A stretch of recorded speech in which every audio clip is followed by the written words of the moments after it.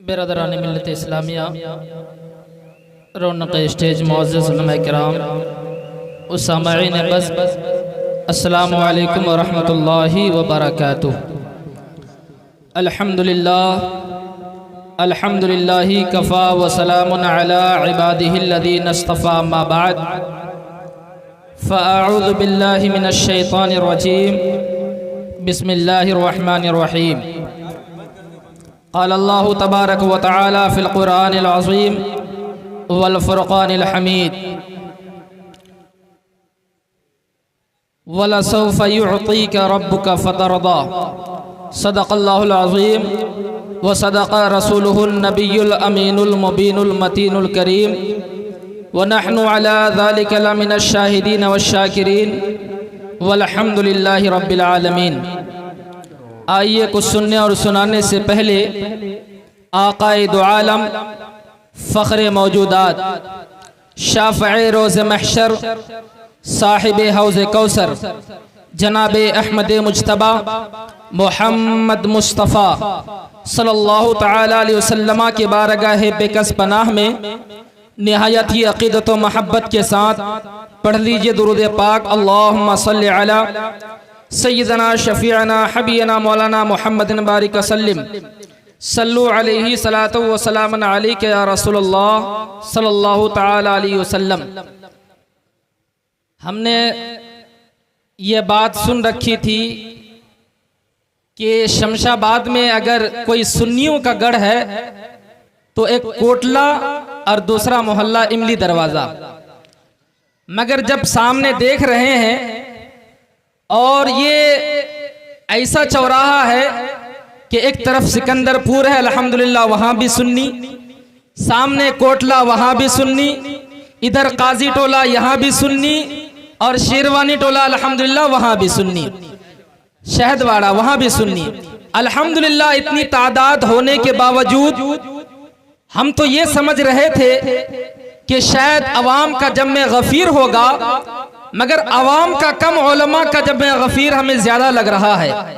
ये अफसोस का मकाम है, सोचने का मकाम है कि हम दावा करते हैं कि हम सुन्नी हैं, दावा करते हैं कि हम हुजूर से मोहब्बत करते हैं, दावा करते हैं कि हमें हुजूर से इश्क है, दावा करते हैं कि हुजूर से प्यार है। अरे अगर हुजूर के नाम से महफिल सजाई गई है, अगर हुजूर के नाम से अगर इस महफिल पाक का इनेकाद हुआ है, हम सबों को चाहिए था, चाहे वो किसी भी मोहल्ले के बसने वाले थे, चाहे इंतजाम करने वाला कोई भी हो, अगर हमें ये मालूम हो, पता चला कि यहाँ हुजूर की महफिल सजाई गई है, तो एक आशिक की पहचान ये है, इश्क करने वालों की पहचान ये है कि जहां भी आशिक का जिक्र होगा वही जो है इश्क करने वाले हाजिर हो जाएंगे। तो आज हुजूर का जिक्र हो रहा है, हुजूर की महफिल सजाई गई है, मगर कुछ ऐसा दिख नहीं रहा है। अगर मैं हाथ उठवा लूं कि कितने लोग कोटले के हैं और कितने लोग काजी टोले के हैं, तो शायद थोड़े थोड़े हाथ उठ पाएंगे। तो अजीज साथियों, सब लोगों ने इसमें मिल करके खुशी के इजहार के लिए इस महफिल पाक का इनेकाद किया। और अहम बात तो यह है कि पिछले बार उधर जलसा सही हुआ था, मगर इस बार कोई ऐसी खबर नहीं आई। तब हमने बच्चों से कहा कि भाई नजराने की कोई बात नहीं है, भले ही महफिल मिलाद ही क्यों ना हो, वो 12वीं शरीफ का महीना गुजर रहा है तो मिलाद तो होना चाहिए। भाई अगर हुजूर से इश्क करते हैं, हुजूर से मोहब्बत करते हैं, तो उस मोहब्बत का इजहार होना चाहिए। और इजहार के तरीके अलग अलग हैं, कभी इजहार हम लोग जुलूस की शक्ल में करते हैं और कभी महफिल मिलाद की शक्ल में करते हैं। मगर आज देखा यह जा रहा है कि लोग जलसे में भी सियासत करने लगे हैं, लोग जुलूस में भी सियासत करने लगे हैं। आपने देखा होगा इस बार जुलूस मोहम्मदी में, जरा गौर से सुनिएगा, जुलूस मोहम्मदी में ये मजहबी जुलूस है, ये किसी का जाती जुलूस नहीं है। और ये अच्छी बात है कि यहाँ पे और भी लोग निकालते हैं साथ में, ये अच्छी बात है। मगर इस बार एक बात नहीं देखने को मिली, वो ये कि लोग अपना प्रचार करने के लिए एक सियासी झंडा, जिसे ब्लैक और व्हाइट के नाम से जाना जाता है, जमीयत का झंडा जिसे लोग कहते हैं, बताइए जुलूस में उस झंडे का क्या काम था? यानी गोया के लोग दिखाना चाहते हैं कि हम जुलूस मोहम्मदी हुजूर की मोहब्बत में नहीं निकालते हैं, सिर्फ लोगों में यह दिखाने के लिए निकालते हैं कि अगर शमशाबाद में कोई है तो सिर्फ हम हैं। तो ये कितनी गलत बात है। अगर हम लोग कुछ बोलते हैं तो फिर हम लोग बदनाम हो जाते हैं कि ये लोग झगड़ा करवाने का काम करते हैं, ये लोग भाईचारगी का नहीं काम करते हैं। तो बताइए जुलूस में अगर कोई झंडा अपना रहलाने की कोशिश करे तो वो पब्लिक को जोड़ने का काम कर रहा है, तोड़ने का काम कर रहा है। फिर उस जुलूस में अगर हम लोग शिरकत ना करें तो फिर आप ही लोगों की तरफ से शिकायत आएगी कि ये लोग बंटवारा कर रहे हैं, ये लोग अलग कर रहे हैं। जबकि बात अहम ये थी कि जुलूस सबका था, मजहबी जुलूस था, वह किसी का परचम लहराने की जरूरत नहीं थी। मगर उस जुलूस में भी लोगों ने अपना सियासी खेल खेला और उसमें भी अपना झंडा और अपने परचम लहराने का काम किया। तो इसलिए समझाना ये चाहता हूं कि नबी से अगर सच्ची मोहब्बत है, अगर नबी से सच्चा इश्क है, तो फिर वहां सियासत वाली बात नहीं आनी चाहिए, बल्कि वहां इश्क वाली बात आनी चाहिए, वहां मोहब्बत वाली बात आनी चाहिए। आइए पढ़ लीजिए दुरूद पाक, अल्लाहुम्मा सल्ली अला सय्यिदना शफीना हबीना मौलाना मुहम्मदिन बारिक वसल्लम सल्लु अलैहि सलातु व सलाम अलैका या रसूलुल्लाह सल्लल्लाहु तआला अलैहि वसल्लम। मैंने जिस आयत करीमा की तिलावत की है, अल्लाह रब्बुल इज्जत मुकद्दस कुरान में इरशाद फरमाता है, वला सौफा युअतीका रब्बुका फतरदा, जिसका माना और मतलब ये है कि ए महबूब, आपका रब आपको इतना देगा कि आप राजी हो जाएंगे। यानी अल्लाह ताला कुरान मुकद्दस में खुल करके ये बयान इरशाद फरमाता है, ए महबूब, तुम्हारा रब तुमको इतना देगा कि आप राजी हो जाएंगे। यानी कि गोया के अल्लाह तबारक व तआला ने कुरान मुकद्दस में साफ साफ वाज़ेह लफ्ज़ में फरमा दिया कि हम हुजूर की रजा चाहते हैं, हम जो है हुजूर सरवर कायनात सल्लल्लाहु तआला अलैहि वसल्लम को खुश देखना चाहते हैं। यही वजह है कि नबी आखिरुज़्ज़मा सरवर कौनो मका क़िबला अव्वल बैतुल मुक़द्दस है। क्या है? बैतुल मुक़द्दस है। तो क़िबला सानी यानी कि मक्का मुअज़्ज़मा क़िबला होने से पहले लोग जो है सारे के सारे बैतुल मुक़द्दस की तरफ रुख करके नमाज पढ़ा करते थे। मगर यहूदी लोग ताना देने लगे कि आप अपने मजहब का प्रचार और प्रसार भी कर रहे हैं और हमारे क़िबले की तरफ आप नमाज भी पढ़ रहे हैं। गोया के यहूदी ने ताना दिया कि आप हमारे क़िबले की तरफ नमाज पढ़ रहे हैं। हुजूर को यह बात पसंद नहीं आई, हुजूर के दिल में तकलीफ हुई। तो अल्लाह तबारक व तआला की बारगाह में हुजूर सरवर कायनात सल्लल्लाहु अलैहि वसल्लम सर उठा करके देखना शुरू कर दिए। गोया के हुजूर ये चाह रहे थे कि क़िबला मुअज़्ज़म जो है वो काबा हो जाए। तो जब नबी आखिरुज़्ज़मा सरवर कौनो मका सल्लल्लाहु तआला अलैहि वसल्लम खाने काबा की तरफ आपका इरादा था, आपने सर नमाज में ऊपर उठा करके देखना शुरू किया। यानी अल्लाह तबारक व तआला को बिल्कुल भी यह बात पसंद नहीं आई कि यहूदी आपको ताना दे, यहूदी आपको बुरा भला कहे। उसी वक्त ये आयत नाजिल हुई और नमाज ही की हालत में अल्लाह ताला ने हुजूर को ये हुक्म दिया कि ए महबूब, आप अपना रुखे मुबारक फेर लीजिए काबाए मुअज़्ज़मा की तरफ। मेरे आका ने काबाए मुअज़्ज़मा की तरफ जो ही रुख फेरा, अल्लाह ताला ने तमाम लोगों के लिए जो है क़िबला वो काबाए अव्वल को बना दिया। सुभान अल्लाह, खाने काबा को क़िबला बना दिया। गोया के यहूदी ताना देते थे कि हुजूर इस तरफ नमाज पढ़ते हैं, मगर हुजूर को तकलीफ हुई। तो अल्लाह तबारक व तआला को ये तकलीफ बर्दाश्त ना हुआ, तो अल्लाह ताला ने फौरन हुक्म दे दिया कि ए महबूब, आप अपना रुख मुबारक फेर लीजिए। किसकी तरफ? किसकी तरफ?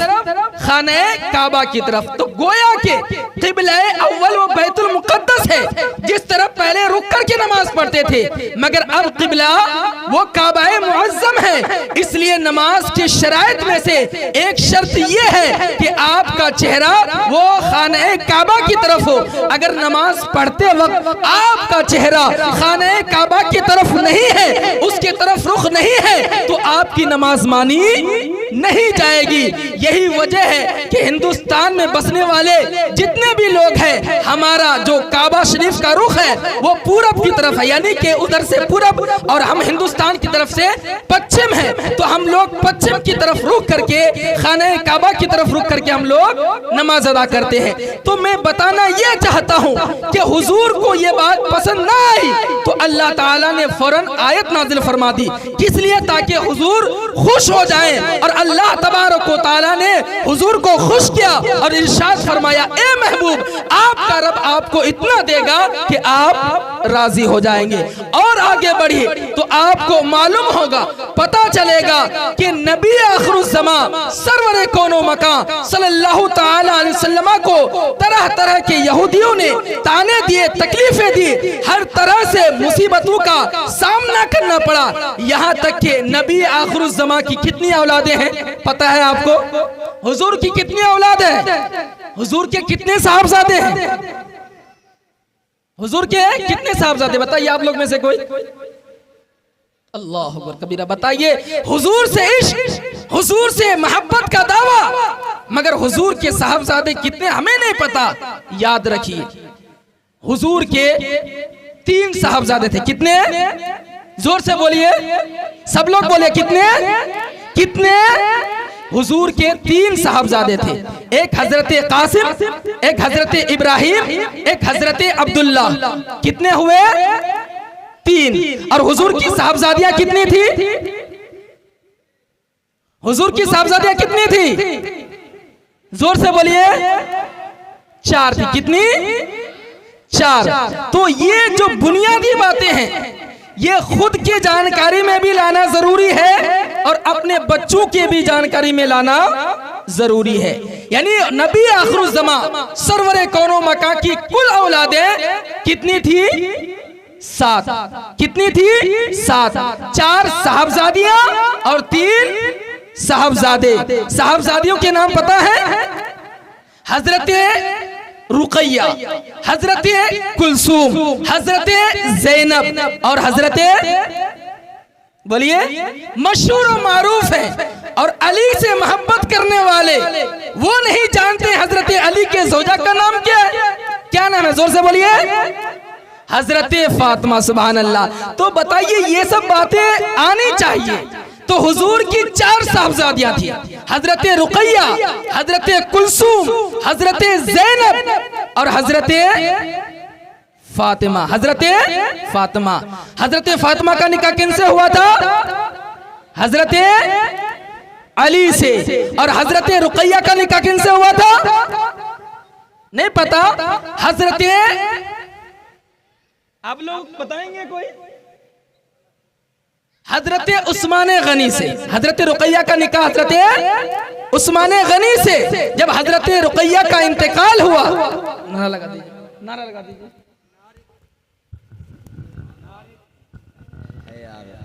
नारे तकबीर, नारे रिसालत, नारे रिसालत, जश्न ईद मिलाद नबी। हज़रत अल्लामा व मौलाना मुफ्ती कलीम रज़ा कादरी गुरसाहिबगंज कन्नौज, उलमाए अहले सुन्नत जिंदाबाद।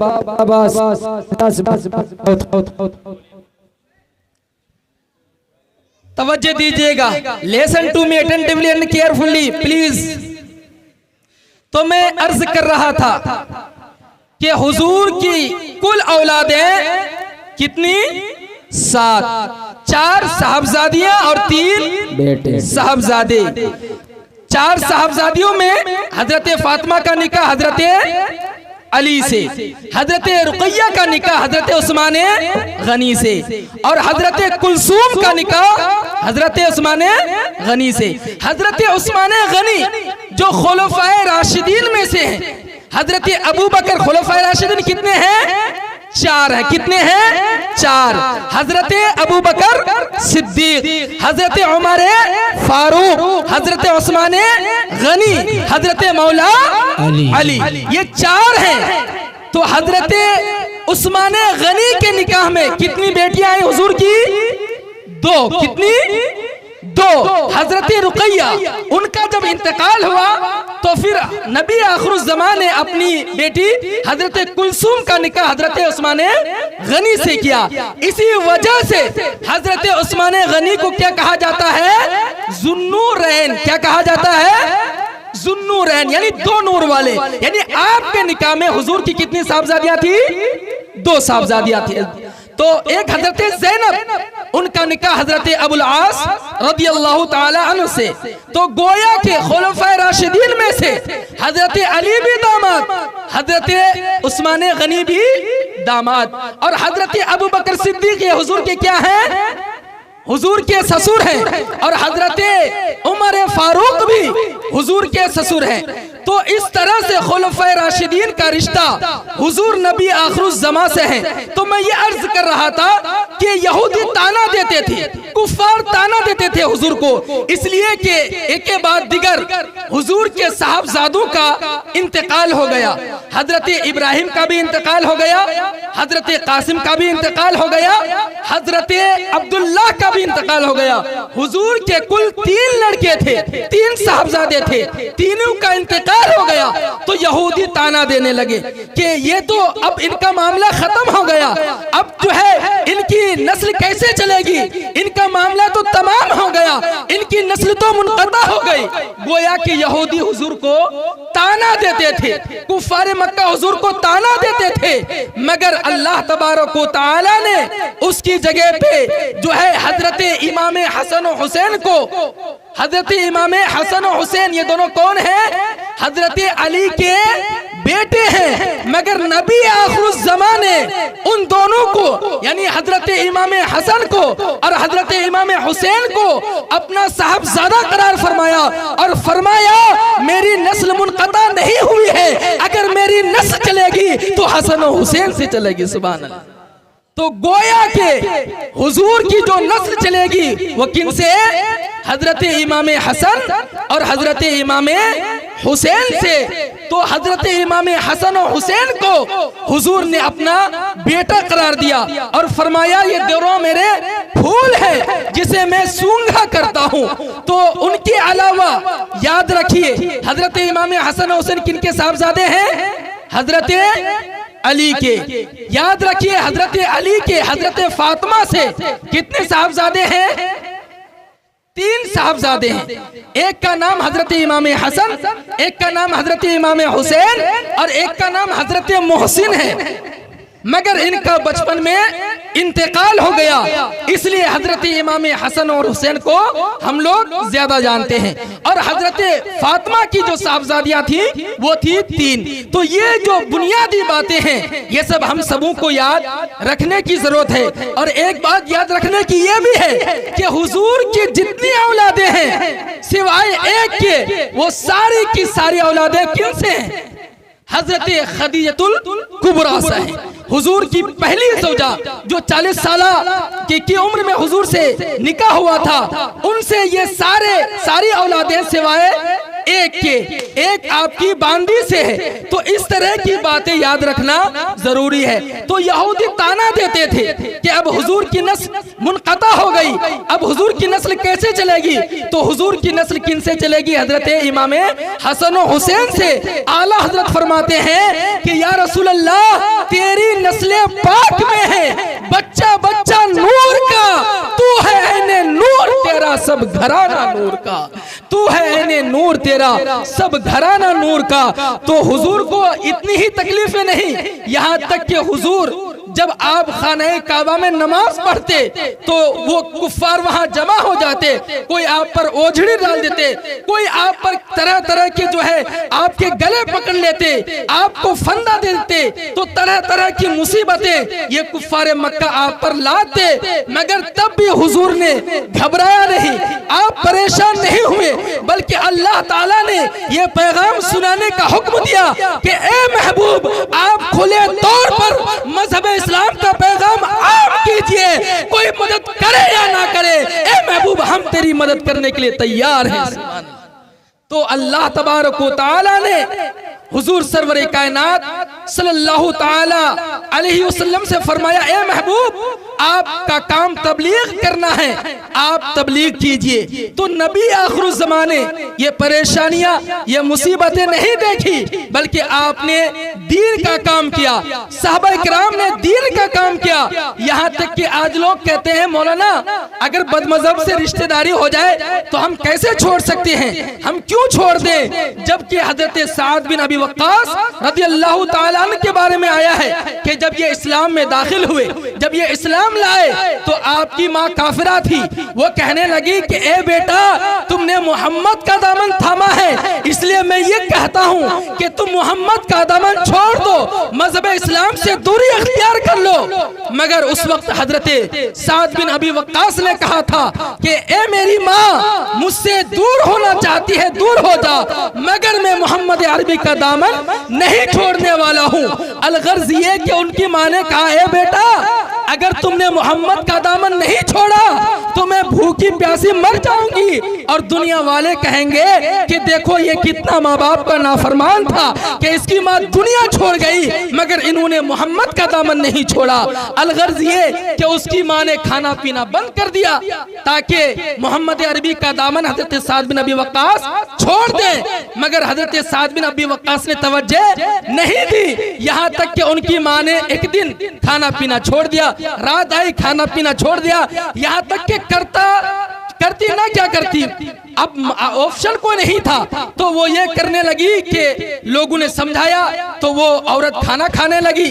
फिर जब हजरत साद बिन अबी वक्कास रज़ियल्लाहु ताला अन्हु तशरीफ लाए तो आपने अपनी माँ से कहा कि ए मेरी माँ सुन ले, तू खाती है खा, ना खाती है ना खा, तेरी जान जाती है चला जाए, मुझे इसकी परवाह नहीं है, मगर मैं मोहम्मद अरबी का दामन छोड़ने वाला नहीं हूँ। सुभान अल्लाह। बताइए किस कदर हुजूर से इश्क और प्यार कि अगर माँ चली जाती है तो चली जाए, मगर हुजूर का इश्क और हुजूर से मोहब्बत ना जाए। तो आप हजरात से गुजारिश है कि हुजूर से मोहब्बत करने का सिर्फ दावा ही ना करें, बल्कि हुजूर से सच्ची पक्की मोहब्बत है तो उस मोहब्बत पर कायम भी रहें, क्योंकि अल्लाह ताला खुद इरशाद फरमाता है, कुल इन कुंतुम तुहिब्बुनल्लाह फत्तबिऊनी युहिब्बुकुमुल्लाह। ए महबूब आप लोगों से कह दीजिए कि ए लोगों अगर तुम चाहते हो कि अल्लाह तुमसे मोहब्बत करे, ए महबूब आप फरमा दें कि ए लोगों अगर तुम चाहते हो कि अल्लाह तुमसे मोहब्बत करे तो तुम लोग मेरी पैरवी करो, मेरी इत्तबा करो, तुम लोग मेरी इत्तबा करोगे तो अल्लाह ताला फरमाता है कि ए महबूब इन लोगों से कह दीजिए कि अल्लाह भी इनसे मोहब्बत करेगा। सुभान अल्लाह। तो अगर अल्लाह ये चाहते हैं कि अल्लाह ताला हम लोगों से मोहब्बत करे तो हम सबों को चाहिए कि फिर हम हुजूर से मोहब्बत करें, और हुजूर से मोहब्बत करने का मतलब ये है कि हुजूर से जो हुजूर का जो फरमाने आली शान है उस पर अमल करें, उस पर पैरवी करने की कोशिश करें, यानी नमाजों की पाबंदी करें। हुजूर से सच्ची मोहब्बत है तो मस्जिदों को आबाद करे और अपने घरों में भी अपने माँ और बहनों को नमाज की ताकीद करे, तभी क्योंकि हुजूर ने फरमाया नमाज मेरी आंखों की ठंडक है, और जिसे हुजूर से मोहब्बत होगी तो वो हुजूर की आंखों को ठंडक पहुंचाना चाहेगा। और ठंडक पहुंचाने का मतलब ये कि हम लोग खुद भी नमाज पढ़े और अपने घर वालों को भी नमाज की ताकीद करें। और याद रखिए, हुजूर की सच्ची पक्की मोहब्बत यही ईमान कामिल है, क्योंकि हुजूर ने इरशाद फरमाया, ला युमिनु अहदुकुम हत्ता अकूना अहब्बा अलैहि मिन वालिदिही व वलदिही वन्नास अजमाइन। हुजूर ने फरमाया कि तुम में से कोई उस वक्त तक मोमिन कामिल नहीं हो सकता जब तक कि सबसे ज्यादा अपनी औलाद, अपने माँ बाप से ज्यादा वो मुझसे मोहब्बत करने वाला ना हो जाए। ये किनका फरमान है? ये हुजूर का फरमान है। हुजूर फरमाते हैं कि तुम में का कोई उस वक्त तक ईमान कामिल वाला नहीं हो सकता जब तक कि अपनी औलाद, अपने माँ बाप से ज्यादा मुझसे मोहब्बत करने वाले ना बन जाओ। तो हुजूर से सच्ची मोहब्बत का मतलब ये है कि औलाद की मोहब्बत ये पीछे रहे, माँ बाप की मोहब्बत पीछे रहे, इनसे मोहब्बत कीजिए। मगर जहाँ हुजूर की बात आ जाए, जहाँ हुजूर से मोहब्बत की बात आ जाए, तो फिर वहाँ ना ही दुनियावी ताकत से डरना है और ना ही घर वालों से डरना है। इन्हीं चंद बातों के साथ आखिरी पैगाम यही है कि हुजूर से सच्ची मोहब्बत कीजिए, और उस मोहब्बत करने का मतलब ये कि नमाजों की पाबंदी कीजिए और हुजूर की सीरत तैयबा अपने घर वालों को बताइए। हुजूर से इश्क वही कीजिए जो सहाबा किराम ने किया, और खास तौर से नमाजों की पाबंदी कीजिए। इन्हीं चंद बातों के साथ मैं अपनी बातों को खत्म करते हुए इन अशार के साथ कि जिंदगी ये नहीं है किसी के लिए, जिंदगी है नबी की, नबी के लिए। ऐश कर लो यहाँ मुनकिरो 4 दिन, मर के तरसोगे इस जिंदगी के लिए। मसलके आला हजरत पे कायम रहो, जिंदगी दी गई है इसी के लिए। वमा अलैना इल्लल बलाग। अस्सलामु अलैकुम।